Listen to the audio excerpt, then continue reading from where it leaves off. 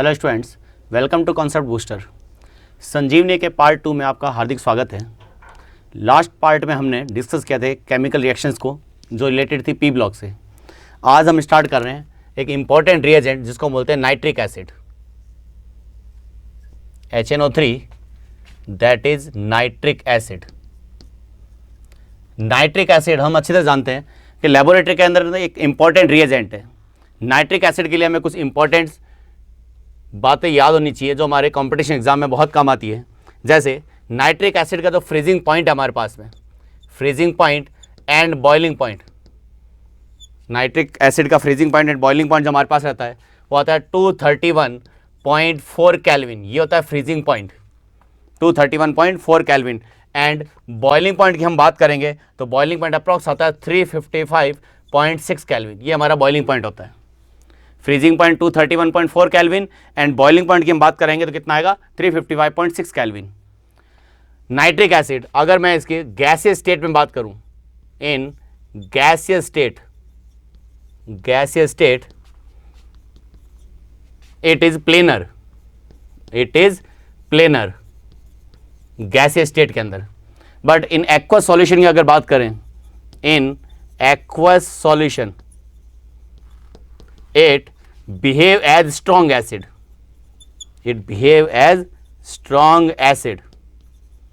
अब strong acid की तरह बिहेव कैसे करता है वो देखिए।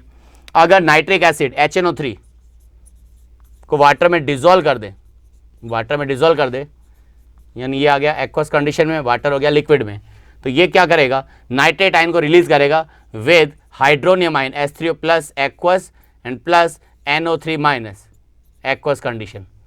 तो ये इंडिकेट करता है कि ये स्ट्रॉन्ग एसिड की कैटेगरी को शो करेगा। ये हमारा किसमें हो गया, एक्वस सॉल्यूशन में। और गैसियस में किस तरह मॉलिक्यूल होगा, प्लेनर मॉलिक्यूल। कौन सा हो गया, ट्राइगोनल प्लेनर की कंडीशन में ये हमें ये शो करेगा। अब नाइट्रिक एसिड से रिलेटेड हमें बातें कौन सी याद रखनी है वो देखिए। सबसे पहले इसका फॉर्मेशन कैसे होगा। तो नाइट्रिक एसिड की फॉर्मेशन के लिए हमारे पास में दो प्रोसेस है। सबसे पहला प्रोसेस जिसे हम बोलते हैं ब्रिकलैंड एंड आइड प्रोसेस। ये प्रोसेस हमें याद रखना है। होता क्या है इस प्रोसेस में देखिए।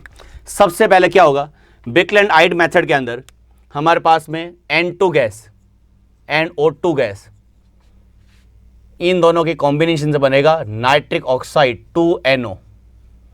इन दोनों कॉम्बिनेशन से बनेगा 2NO नाइट्रिक ऑक्साइड। लेकिन यहां पर इलेक्ट्रिक आर्क यानी स्पार्क की प्रेजेंस होगी। नाइट्रिक ऑक्साइड जो है NO, ये फिर ऑक्सीजन से रिएक्शन करेगा और इसको कन्वर्ट कर देगा 2NO2 में, NO2 गैस के अंदर। सबसे पहला प्रोसेस क्या होगा, नाइट्रोजन गैस ऑक्सीजन गैस से कंबाइंड होगी और बनाएगी nitric oxide gas. Nitric oxide gas फिर ऑक्सीजन से कंबाइंड होगी और इसको कन्वर्ट कर देगी NO2 गैस में। और ब्रिकलैंड आइड मेथड के अंदर अब क्या करेंगे, NO2 गैस जो है ये फिर रिएक्शन करेगी H2O से। तो इस प्रोसेस में हमारे पास में क्या होगा, ब्रिकलैंड आइड प्रोसेस के अंदर, तो ब्रिकलैंड आइड प्रोसेस में क्या करेगा, इसको कन्वर्ट कर देगा नाइट्रिक ऑक्साइड में। ये कन्वर्ट कर देगा HNO3 प्लस NO में। हमारे पास कंडीशन आ जाएगी इसकी 2NO2 plus H2O then HNO3 plus NO condition. ये हमारे पास में कंडीशन आ जाएगी। लेकिन इसका अगर मैं second process Ostwald process count कर लूं तो ओस्टवाल्ड प्रोसेस के अंदर एक इंपॉर्टेंट कंडीशन हमारे पास में ये रहती है,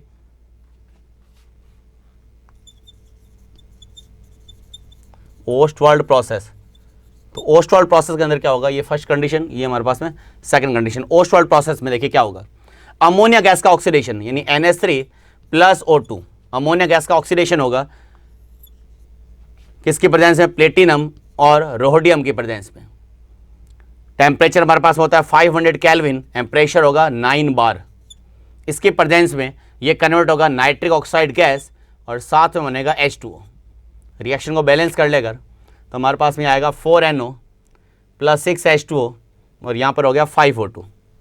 तो फॉर्मेशन हमारे पास किसकी होगी, NO की, नाइट्रिक ऑक्साइड की। अब ये NO जो है रिएक्शन कर जाएगा O2 से और फॉर्मेशन कर देगा NO2 की। NO रिएक्शन किससे कर जाएगा, O2 से फॉर्मेशन कर देगा NO2 की। NO2 ये वाटर से रिएक्शन करके इसको वापस कन्वर्ट करेगा HNO3 और साथ में गैस हो जाएगी हमारे पास में NO गैस। साथ में गैस कौन सी आएगी, NO गैस।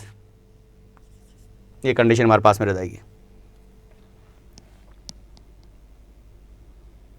ठीक है, तो यहां पे 3 स्टेप में रिएक्शन करवानी है।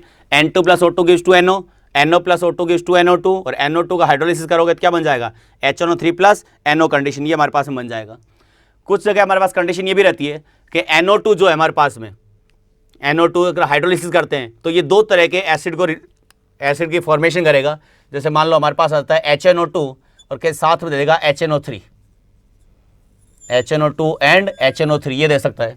हम इस HNO2 को क्या करें, वापस तो यहाँ पर 3HNO2 ये फिर इसको कन्वर्ट कर देगा HNO3 और प्लस नाइट्रिक ऑक्साइड गैस में। तो हम दोनों ही कंडीशंस को कन्वर्ट कर सकते हैं। नाइट्रिक ऑक्साइड का हाइड्रोलिसिस करें तब भी नाइट्रिक एसिड बनेगा, या कंडीशन क्या रहेगी, नाइट्रिक एसिड का एक्सेस वाटर में हाइड्रोलिसिस करें तो इसको कन्वर्ट करेगा nitrous acid and nitric acid के अंदर। नाइट्रस एसिड फिर डिकम्पोज होगा नाइट्रिक एसिड में और NO गैस के यहाँ से फॉर्मेशन कर देगा। तो जितना NO हम यहाँ पे यूज में ले रहे हैं उतने NO की वापस फॉर्मेशन करेगा। तो ये रीसाइकिल में चलता जाएगा, तो एक्सेस में नाइट्रिक एसिड की फॉर्मेशन मिलेगी हमें। लेकिन हमें एक पॉइंट ये याद रखना है, लैबोरेटरी के अंदर जो हमें नाइट्रिक एसिड मिलता है वो रहता है, यानी in laboratory it is 68% by mass, it is 68% by mass. और इसकी स्पेसिफिक ग्रेविटी जो होती है, specific gravity of nitric acid is 1.504। ये हमें याद रखना है। कितना होगा, 68% बाय मास और स्पेसिफिक ग्रेविटी कितनी होगी, 1.504। अब पॉइंट क्या याद रखना है वो देखिए, पॉइंट ये याद रखना है कि ये HNO3 जो हमें मिलेगा इसके कंसंट्रेशन 68% बाय मास करने के लिए हम क्या करेंगे, इसका डिस्टिलेशन करेंगे। यानी ये पॉइंट याद रखोगे, HNO3 यहां पर और यहां पर HNO3 दोनों को 68% बाय मास ऑब्टेन करने के लिए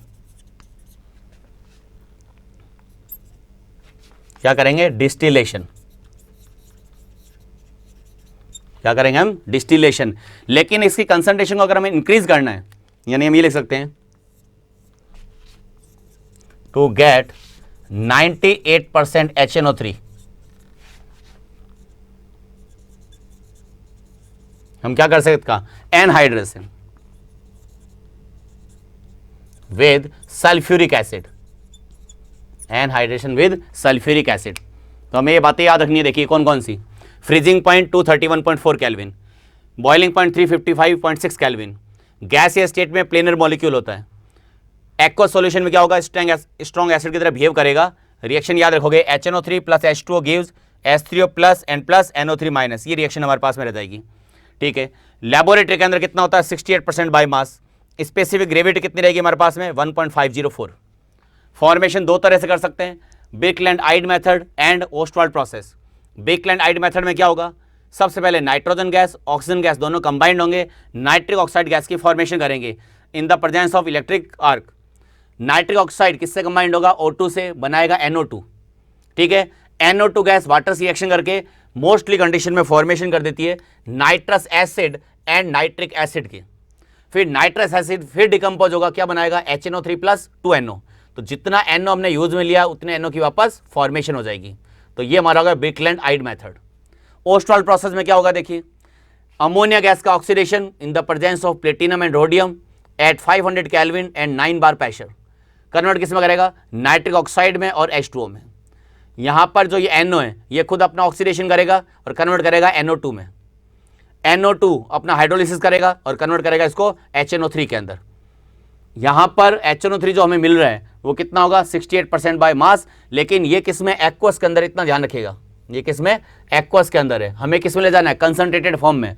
तो कंसंट्रेटेड 68% बाय मास कैलकुलेट करने के लिए हम इसका डिस्टिलेशन करेंगे सबसे पहले। लेकिन कंसंट्रेशन मुझे इंक्रीज करनी है, मान लो कितनी करनी है, 98% तक।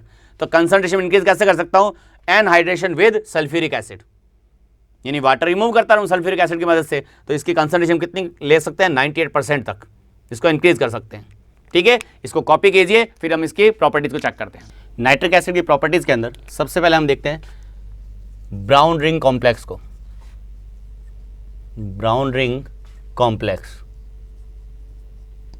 इस कॉम्प्लेक्स में होता क्या देखिए, सबसे पहले इस कॉम्प्लेक्स के अंदर Fe+2 ion nitrate ion NO3- ion के साथ एसिडिक मीडियम में रिड्यूस करेगा नाइट्रेट आयन को, और खुद ऑक्सीडाइज होगा Fe+3 में। नाइट्रेट आयन को कन्वर्ट करेगा नाइट्रिक ऑक्साइड में विद वाटर। यानी ब्राउन रिंग कॉम्प्लेक्स के अंदर हम सीधा बोल सकते हैं it is used to reduce nitrate ion into nitric oxide. अब यहां पर जो NO बन रहा है ये क्या करेगा, Fe+2 यहां पर जो आयन हमारे पास में, यह इस N और वाटर के साथ में कॉम्प्लेक्स बना लेगा। तो कंडीशन हमारे पास रहेगी Fe(H2O)6 प्लस NO, इसको कन्वर्ट कर देगा Fe(H2O)5 NO, और ओल और चार्ज होगा +2 और एक वाटर मॉलिक्यूल बाहर सेपरेट हो जाएगा। इस कॉम्प्लेक्स में जो कलर आएगा वो रहता है ब्राउन, यानी एक ब्राउन रिंग बनेगी। बहुत ज़्यादा सेंसिटिव है, इसलिए लेबोरेटरी के अंदर इसको नहीं यूज में लिया जाता है और ना ही प्रैक्टिकल करवाया जाता है इसका। आपको थियोरेटिकली ये याद रखना है, एग्जाम के अंदर कॉम्पिटिशन एग्जाम में क्वेश्चन आ गया कि ब्राउन रिंग कॉम्प्लेक्स में आयरन का ऑक्सीडेशन नंबर कितना होता है, तो आपको ये याद रखना कि NO जो यहाँ पे +1 में, NO+1 में तो आयरन का ऑक्सीडेशन स्टेट कितना हो जाएगा, +1। कंडीशन क्या रहेगी, ferrous ion react with nitrate ion, ये खुद इसको रिड्यूस करेगा किसमें, NO के अंदर, खुद का ऑक्सीडेशन होगा Fe+3 में। Fe(H2O)6+2 ये कॉम्प्लेक्स रिएक्शन किससे करेगा, नाइट्रिक ऑक्साइड से, और इसको कन्वर्ट कर देगा इस कॉम्प्लेक्स के अंदर, जिसे हम बोलते हैं ब्राउन रिंग कॉम्प्लेक्स, यानी ब्राउन कलर की एक रिंग बनेगी जिसमें आयरन का ऑक्सीडेशन नंबर कितना होगा, +1। अब रिमेनिंग प्रॉपर्टीज जो है HNO3 की, नाइट्रिक एसिड की, उसके लिए आपको संजीवनी का पार्ट 1 देखना जरूरी है। मैंने वहां पर सारी रिएक्शन को शो कर रखा है, डाइल्यूट कंडीशन में क्या होगा, वेरी डाइल्यूट में क्या होगा, और कंसंट्रेटेड फॉर्म में क्या होगा। अब इस वीडियो के अंदर हम ये पढ़ रहे हैं पे ब्लॉक के इंपॉर्टेंट केमिकल रिएक्शंस को। केमिकल रिएक्शन कौन कौन सी है देखिए, सबसे पहले हम पॉइंट ले रहे हैं hydrolysis of non metallic halide, यानी नॉन मेटेलिक हैलाइड का हाइड्रोलिसिस करेंगे तो क्या होगा। देखिए सबसे पहले मैं लेता हूं NCl3 को, बहुत ज्यादा इंपॉर्टेंट रिएक्शन है, ध्यान रखना जेईई और नीट के हिसाब से, इसलिए एक एक रिएक्शन को देखते रहना, वीडियो लास्ट तक जरूर देखना। NCl3 इसका अगर हाइड्रोलिसिस कर दूं मैं प्लस H2O तो प्रोडक्ट क्या बनेगा वो देखिए। NCl3 की कंडीशन क्या होगी, NCl प्लस यहां कंडीशन हमारे पास में क्या बनेगी, HOH, ये कंडीशन, वाटर उठेगा H+ और OH- में, OH- H+, OH- H+। अब यहां पर क्या होगा, nitrogen is more electronegative than chlorine, तो नाइट्रोजन पे चार्ज आएगा नेगेटिव और क्लोरीन पे चार्ज कौन सा आएगा, पॉजिटिव। तो क्लोरीन का वैकेंट डी ऑर्बिटल है, तो ये अपना ऑक्सीडेशन नंबर को इंक्रीज कर सकता है। तो यहां से क्या होगा, ये OH and Cl hypochlorous acid की कंडीशन बाहर निकल जाएंगे और फॉर्मेशन किसकी हो जाएगी, फॉर्मेशन हो जाएगी NH3 and plus 3 mole of HOCl hypochlorous acid. ठीक है, ऑक्सीडेशन नंबर देख लीजिए, यहां ऑक्सीडेशन नंबर कितना है, -3, और यहां भी ऑक्सीडेशन नंबर कितना है, -3, यानी ड्यूरिंग हाइड्रोलिसिस ऑक्सीडेशन नंबर जो है वो सेम रहेगा, कभी चेंज नहीं होगा। नेक्स्ट देखिए PCl3, PCl3 इसका हाइड्रोलिसिस कर दें, HOH, तो यहां से अब क्या करेगा, ये HCl को बाहर निकाल देगा, यहां से क्या करेगा, HCl को बाहर निकाल देगा और इसको कन्वर्ट कर देगा H3PO3 में, और साथ में 3 मोल ऑफ HCl बाहर सेपरेट हो जाएंगे। अब ये एक कंपटीशन एग्जाम के हिसाब से इंपॉर्टेंट क्वेश्चन है, जब PCl3 का हाइड्रोलिसिस करते हैं तो फ्यूम्स किसकी आती है, तो फ्यूम्स किसकी आएगी, HCl की वो फ्यूम्स देगा।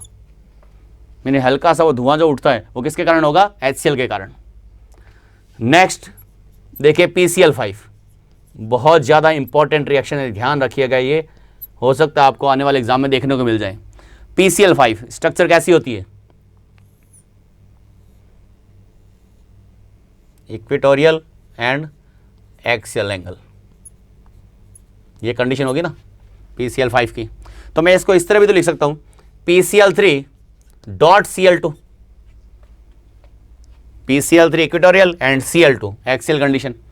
इसका अगर हाइड्रोलिसिस करें तो बनेगा क्या, वो देखिए। इसका अगर हाइड्रोलिसिस करें तो बनेगा क्या? तो यहां से क्या होगा? 2HCl बाहर निकल जाएगा। तो सबसे पहले प्रोडक्ट क्या बनेगा? POCl3। क्या बना? POCl3, और साथ में 2HCl बाहर निकल गया। अब ये POCl3 जो है वापस अपना हाइड्रोलिसिस करेगा, P double bond O Cl Cl Cl, ये अपना हाइड्रोलिसिस करेगा HOH HOH HOH, ये अपना हाइड्रोलिसिस करेगा। तो यहां से HCl बाहर निकल गया, यहां से क्या HCl बाहर निकल गया, तो क्या बचा? देखो H3PO4, क्या बना? H3PO4, और साथ में कितने HCl बाहर निकले? 3HCl। अब दोनों रिएक्शन को अगर मैं ऐड कर दूं, दोनों रिएक्शन को हम ऐड कर दें तो क्या होगा? POCl3 से POCl3 कैंसिल आउट, HCl कितने बने? 5, H2O कितने होंगे? 1 यहां पर, 3 यहां पर, 4। तो रिएक्शन हमारे पास में ये आ जाएगी PCl5 प्लस 3 + 1 4H2O गिव्स, क्या बना? H3PO4 and plus 3 + 2 5HCl। ये हमारे पास रिएक्शन रहेगी। ठीक है, अब इन रिएक्शन को एग्जाम में कैसे पूछा जाएगा? अगर पार्शियली हाइड्रोलिसिस पूछा जाता है, पार्शियली हाइड्रोलिसिस, तो हमें बताना है कि फॉस्फोरिल क्लोराइड की फॉर्मेशन होगी during partially hydrolysis of PCl5, POCl3 की फॉर्मेशन होगी, जिसे हम बोलते हैं phosphoryl chloride. But on complete hydrolysis, complete hydrolysis formation किसकी होगी? H3PO4 की, फॉस्फोरिक एसिड की। ऑक्सीडेशन नंबर वापस चेक कीजिए, PCl5 में ऑक्सीडेशन नंबर कितना होगा? +5, POCl3 में भी कितना होगा? +5, H3PO4 में भी कितना होगा? +5। ऑक्सीडेशन नंबर कहीं पर भी चेंज नहीं हो रहा, ये बात आपको अच्छे से ध्यान रखनी है। ठीक है, किसी भी कंडीशन में ऑक्सीडेशन नंबर चेंज नहीं हो रहा। और क्या पॉइंट हमें याद रखना है? MTR पॉइंट जो स्टार्टिंग बताया था, मुझे तो रट लो कि PCl5 अगर सॉलिड स्टेट में आ गया तो सॉलिड स्टेट में किस तरह से एग्जिस्ट करेगा? तो याद रखिए, in solid state PCl5 exist as PCl4 plus and PCl6 minus. यानी सॉलिड के अंदर ये दो कंडीशन रखता है, एक एटाइनिक और एक एनाइनिक। PCl4 जो है ये होता है टेट्राहेड्रल। PCl4 क्या होगा? Tetrahedral, tetrahedral. ठीक है, एंड PCl6 क्या होगा? ऑक्टाहेड्रल। PCl6 क्या होगा? ऑक्टाहेड्रल। ये कंडीशन हमें अच्छे से याद रखनी है। ठीक है, अब हमारे पास में 3 एलिमेंट हो गए नाइट्रोजन फैमिली के। कौन कौन से? 2 हो गए, नाइट्रोजन एंड फॉस्फोरस। अगर मैं थर्ड एलिमेंट को काउंट करूं, कौन सा होगा? आर्सेनिक। आर्सेनिक देखिए AsCl3, इसका अगर हाइड्रोलिसिस कर दें तो सेम कंडीशन रहेगी जैसे हमारे फॉस्फोरिक एसिड की होती है। क्या बना लेगा ये? H3AsO3, इसे बोलते हैं आर्सेनियस एसिड। क्या बोलते हैं? आर्सेनियस एसिड।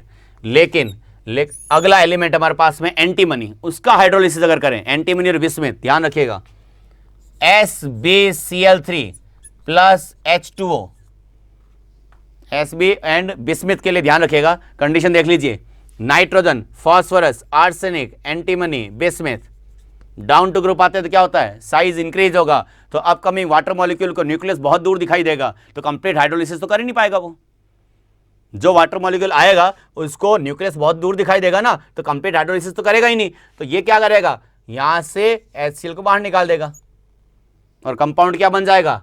कंपाउंड बन जाएगा SbOCl प्लस 2HCl। क्या बना? Antimony oxychloride. कंप्लीट हाइड्रोलिसिस नहीं होगा। रीजन क्या होगा? अपकमिंग वाटर मॉलिक्यूल को एंटीमनी का न्यूक्लियस बहुत दूर दिखाई देगा, तो कंप्लीट हाइड्रोलिसिस कभी भी नहीं कर पाएगा। और नीचे गया मैं, बिस्मिथ बहुत बड़ा है साइज में, तो आने वाले वाटर मॉलिक्यूल को न्यूक्लियस का साइज तो न्यूक्लियस तो दिखाई देगा ही नहीं, तो ये भी कंप्लीट हाइड्रोलिसिस नहीं कर पाएगा। तो वहां पर भी क्या बनेगा, देखो BiCl3 प्लस H2O, HCl बाहर निकाला इसने, तो क्या बन जाएगा, कंपाउंड बनेगा BiOCl और प्लस 2HCl, इसे बोलते हैं बिस्मिथ ऑक्सीक्लोराइड, बिस्मिथ ऑक्सीक्लोराइड। तो नाइट्रोजन फैमिली के 5 एलिमेंट और पांचों एलिमेंट के हैलाइड के लिए देखिए NCl3 का मैंने हाइड्रोलिसिस करा तो कंपाउंड क्या बना, NH3 और साथ में बना हाइपोक्लोरस एसिड, ये कंपाउंड भी ध्यान रखिएगा साथ में। PCl3 का हाइड्रोलिसिस करा तो बना H3PO3 और साथ में HCl की फ्यूम्स आएगी। ऑक्सीडेशन नंबर PCl3 में +3 और H3PO3 में कितना हो गया, +3। नेक्स्ट PCl5 के अंदर, PCl5 कंडीशन कैसे लिख सकते हैं, PCl3.Cl2, क्योंकि ये क्या हो गए, इक्वेटोरियल, ये हो गए एक्सियल। हाइड्रोलिसिस करेगा पार्शियली, तो पार्शियल में क्या बनेगा, phosphoryl chloride, oxidation number same रहेगा। लेकिन कंप्लीट हाइड्रोलिसिस करेंगे तो POCl3 रिएक्शन करेगा वाटर से और कन्वर्ट कर देगा H3PO3 में और साथ बनेगा 3HCl। कंप्लीट रिएक्शन शो करेंगे, then PCl5 + 4H2O gives H3PO4 and plus 5HCl। Next element arsenic, arsenic का अगर क्लोराइड लें और हाइड्रोलिसिस करें तो जैसे फॉस्फोरस एसिड बन रहा था वैसे बनेगा आर्सेनियस एसिड, ये होता है आर्सेनियस एसिड H3ASO3। एंटीमनी का साइज बहुत बड़ा है तो आने वाले वाटर मॉलिक्यूल को न्यूक्लियस दिखाई नहीं देगा, तो ये बना लेगा SbOCl और प्लस 2HCl, यानी पार्शियल हाइड्रोलिसिस है। बिस्मिथ का साइज इससे भी बड़ा है, आने वाले वाटर मॉलिक्यूल को इसका भी न्यूक्लियस दिखाई नहीं देगा, तो ये भी पार्शियली हाइड्रोलिसिस करेगा और बना लेगा बिस्मिथ ऑक्सीक्लोराइड और साथ में हाइड्रोक्लोरिक एसिड की फॉर्मेशन कर देगा। ठीक है, तो ये रिएक्शन थी हमारे पास में hydrolysis of non metallic halides. इसको कॉपी कीजिए, फिर हम देखते हैं hydrolysis of non metallic oxide.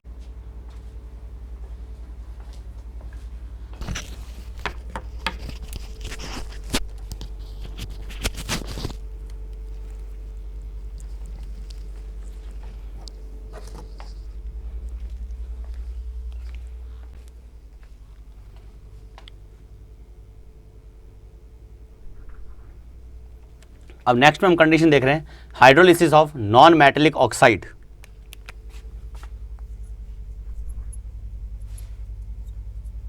Hydrolysis of non metallic oxide, जैसे नॉन मेटेलिक हैलाइड का हाइड्रोलिसिस इंपॉर्टेंट था, वैसे ही नॉन मेटेलिक ऑक्साइड का भी हाइड्रोलिसिस बहुत ज़्यादा इंपॉर्टेंस रखता है।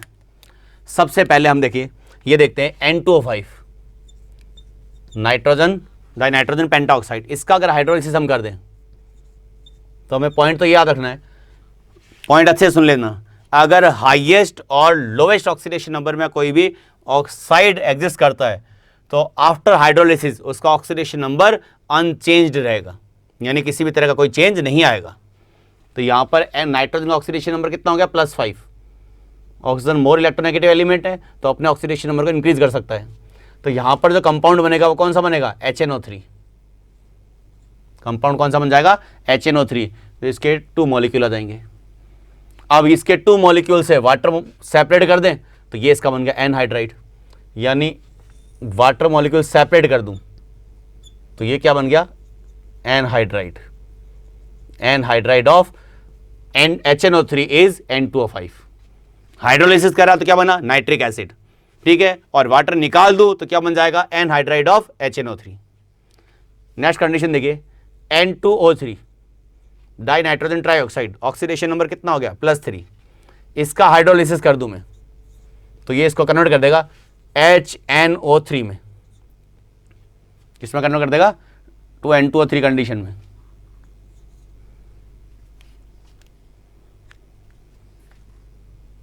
HNO2 कंडीशन में। N2O5 का हाइड्रोलिसिस करा तो क्या उसमें बना, HNO3 में, लेकिन N2O3 का हाइड्रोलिसिस करें तो क्या बनाएगा, HNO2। ऑक्सीडेशन नंबर देखें यहाँ पर कितना है, +3। HNO2 में ऑक्सीडेशन नंबर कितना हो जाएगा, +3।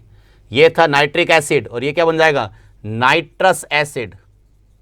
क्या बन जाएगा, नाइट्रस एसिड। अब नाइट्रस एसिड का एनहाइड्रेट बनाना है, निकालो वाटर मॉलिक्यूल बाहर, वाटर मॉलिक्यूल बाहर निकाल लो। देखियो कैसे निकालेंगे, H2N2O4, 2 मॉलिक्यूल हैं तो क्या बना, H2। मैं लिख के बताता हूं आपको एक बार, इसके 2 मॉलिक्यूल अगर मैं लेता हूं तो क्या बनेगा, देखो H2N2O4 वाटर बाहर निकालो, H2 बाहर गया, O बाहर गया, क्या बना N2O3, दैट इज एनहाइड्राइड। तो ये बन गया एनहाइड्राइड ऑफ नाइट्रस एसिड। ठीक है, ऐसे ही हम देखिए Cl2O7 ले लें, Cl2O7, इसका हाइड्रोलिसिस कर दूं मैं, इसका हम हाइड्रोलिसिस कर दें तो कंडीशन क्या बनेगी, HClO4, क्या बन जाएगा HClO4। ऑक्सीडेशन नंबर कितना है यहाँ पर +7, और इसमें भी ऑक्सीडेशन नंबर कितना है +7। ठीक है, इसके दो मॉलिक्यूल लेते क्या बना देखिए H2Cl2O8, ये बना ना, वाटर मॉलिक्यूल बाहर निकालो, H2 यहाँ से गया, O यहाँ से गया, बना क्या Cl2O7। तो ये भी कंडीशन क्या बन गई एनहाइड्राइड किसका HClO4, जिसे हम क्या बोलते हैं HClO4 को पर क्लोरिक एसिड, ये नेमिंग ऑफ ऑक्सी एसिड में बता रखा है आपको। ठीक है, तो ये तीनों एग्जाम्पल तुम्हारे वो हैं जहां पर एलिमेंट जो है अपने हाईएस्ट और लोएस्ट ऑक्सीडेशन नंबर के अंदर एग्जिस्ट कर रहा है। लेकिन मान लो एलिमेंट ऐसा आ जाए जो इंटरमीडिएट ऑक्सीडेशन नंबर शो कर दे। इंटरमीडिएट कैसे, जैसे HNO3 +5 में, HNO2 किस में आ गया +3 में, इनके बीच की कंडीशन आ जाए। यहां पर देखिए N2O3 +3 में, N2O5 +5 में, लेकिन मान लो नाइट्रोजन +4 के अंदर आ जाए। देखिए इधर N2O4, नाइट्रोजन का ऑक्सीडेशन नंबर कितना है +4, तो यहां पर ऑक्सीडेशन नंबर सेम नहीं रहेगा। आप ये मत बोलिएगा सर आपने दो लेक्चर में ये बोल दिया कि ऑक्सीडेशन नंबर चेंज नहीं होगा, लेकिन वो कब, जब हाईएस्ट और लोवेस्ट में बैठा है। 99% केस के अंदर ऑक्सीडेशन नंबर चेंज नहीं होता, लेकिन इंटरमीडिएट में अगर कहीं बैठा है तो अपना ऑक्सीडेशन नंबर हमेशा चेंज करेगा। चेंज कैसे करेगा, देखिए ऑक्सीडेशन नंबर कितना है +4, इंटरमीडिएट है, आपको पता नहीं चल रहा प्रोडक्ट क्या बनेगा, आप इसको पानी में फेंक दो, यानी वाटर में डिजोल्व कर दो। वाटर में डिजोल्व किया हमने तो क्या बन जाएगा, वाटर में डिजोल्व करते क्या बन जाएगा H2N2O5, क्या बन गया H2N2O5। तो O5 कॉम्बिनेशन किसका हो सकता है 2 और 3 का, तो ये क्या बनाएगा HNO2 + HNO3, ये बना सकता है ना। HNO2 क्या हो गया नाइट्रस एसिड, HNO3 क्या हो गया नाइट्रिक एसिड।